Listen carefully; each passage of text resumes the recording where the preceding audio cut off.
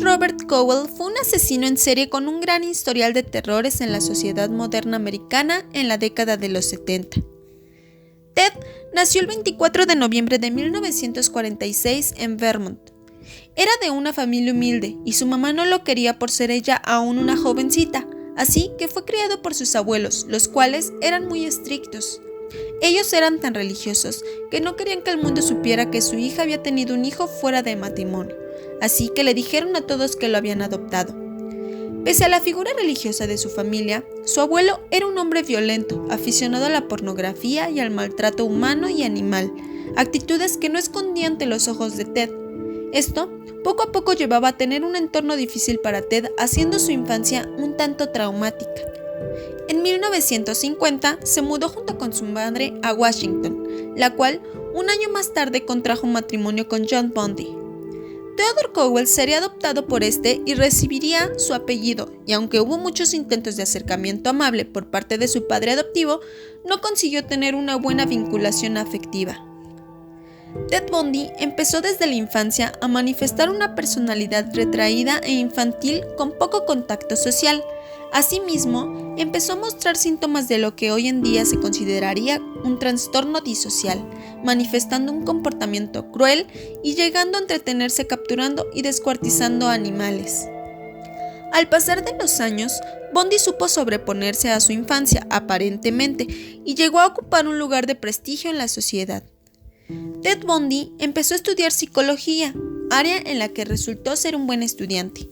Fue ahí donde conoció a una mujer llamada Stephanie Brooks, una compañera de clase con la que empezó a salir, pero tiempo después ella decidió terminar la relación porque no lo encontraba lo suficientemente maduro.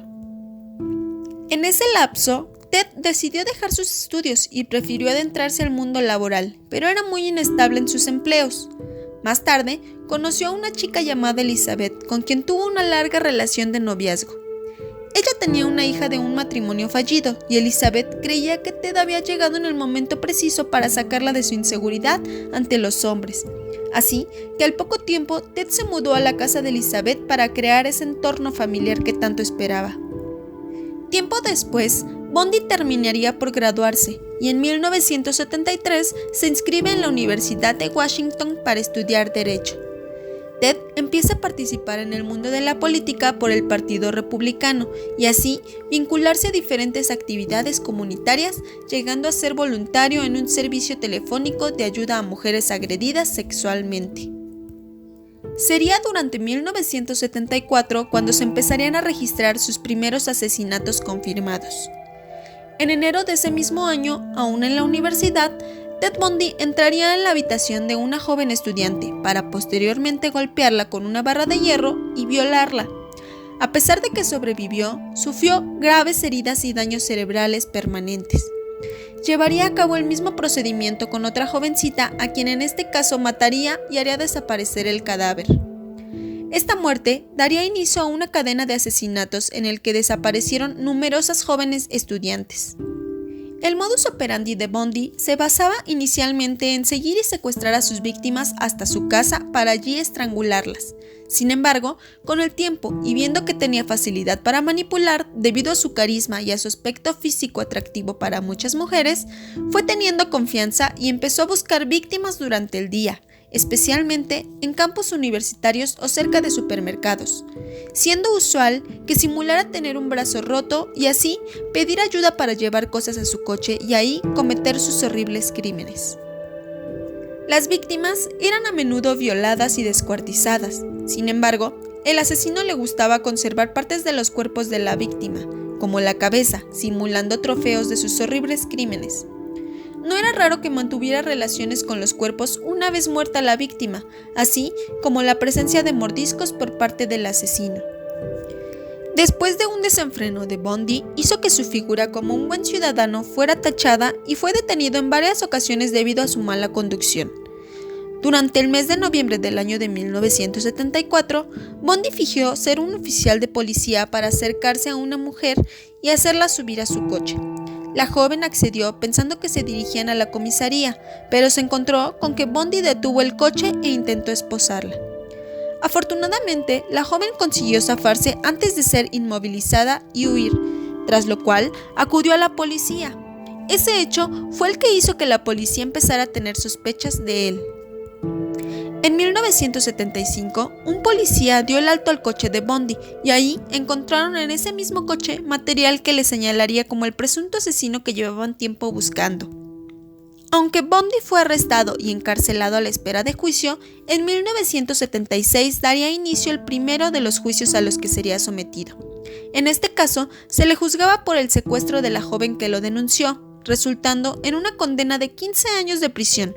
Sin embargo, el análisis del coche en que fue detenido permitió que se hallaran evidencias de la implicación de Bundy en la desaparición y asesinato de otras jovencitas. Este hecho lo condujo a que se le sometiera a un segundo juicio, ya con cargos de asesinato. En este segundo juicio, Bundy decidió representarse a sí mismo como abogado, motivo por el cual se le permitió visitar la biblioteca con el fin de preparar su defensa. Sin embargo, aprovechó la situación para escapar. Tras su fuga y un vago intento de pasar desapercibido, la ansiedad que Bundy por cometer nuevos asesinatos volvió a desatarse, pero su gusto le duraría poco tiempo, pues sería atrapado por las fuerzas policiales 6 días después. Volvió a fugarse en 1977, en este caso consiguiendo huir hasta Chicago y adoptando una identidad diferente. Durante esta fuga, sus siguientes víctimas fueron unas estudiantes de la Universidad Estatal de Florida. Bundy entregó en el edificio de noche y sus respectivas habitaciones entró golpeando a las estudiantes con un leño de madera, destrozándoles el cráneo para morder y mutilar sus cadáveres. Esa misma noche asaltó la casa de otra joven con quien de nuevo repitió su ritual.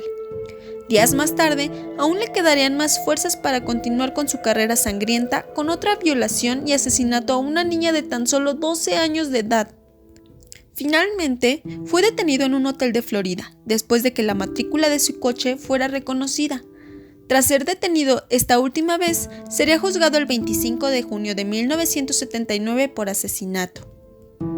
Se le permitió ejercer su propia defensa, pero las pruebas existentes en su contra, como testigos que le vieron salir de la fraternidad e incluso supervivientes de sus agresiones, junto con pruebas físicas como la comparación entre las marcas de mordeduras en los cuerpos y la dentadura de Bundy, terminaron conduciendo a que fuese declarado culpable y condenado a morir en la silla eléctrica. Ted Bundy sabía cómo manejarse ante la ley y utilizó toda su perspicacia y conocimiento legal para eludir y dilatar su condena, y así la ejecución de Ted Bundy tardaría años en llegar. Y es que Bundy intentó retrasar todo lo posible la fecha de su ejecución, confesando múltiples asesinatos y ofreciendo pistas sobre la localización de las víctimas y pretendiendo colaborar con la policía para obtener prórrogas de su condena. Si bien se consideran ciertos 30 asesinatos, se sospecha que pudo haber muchas más víctimas. Incluso llegó a ofrecer colaborar en la detención de otros asesinos.